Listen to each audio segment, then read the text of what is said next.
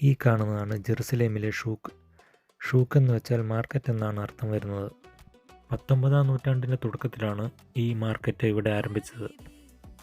അന്നത്തെ കൃഷിക്കാരും അറബികളും ചേർന്ന് അവരുടെ ഉൽപ്പന്നങ്ങൾ വിൽക്കുവാൻ വേണ്ടി തുടങ്ങിയതാണ് ഈ മാർക്കറ്റ്. ജെറുസലേമിലെ ഏറ്റവും വലുതും തിരക്കേറിയതുമായ ഒരു മാർക്കറ്റാണിത്.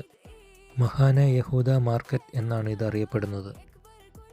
പഴങ്ങൾ, പച്ചക്കറികൾ, പലഹാരങ്ങൾ, തുണിത്തരങ്ങൾ തുടങ്ങി മുട്ടുസൂചി മുതൽ ഡയമണ്ട് വരെ കിട്ടുന്ന ഒരു മാർക്കറ്റാണിത്.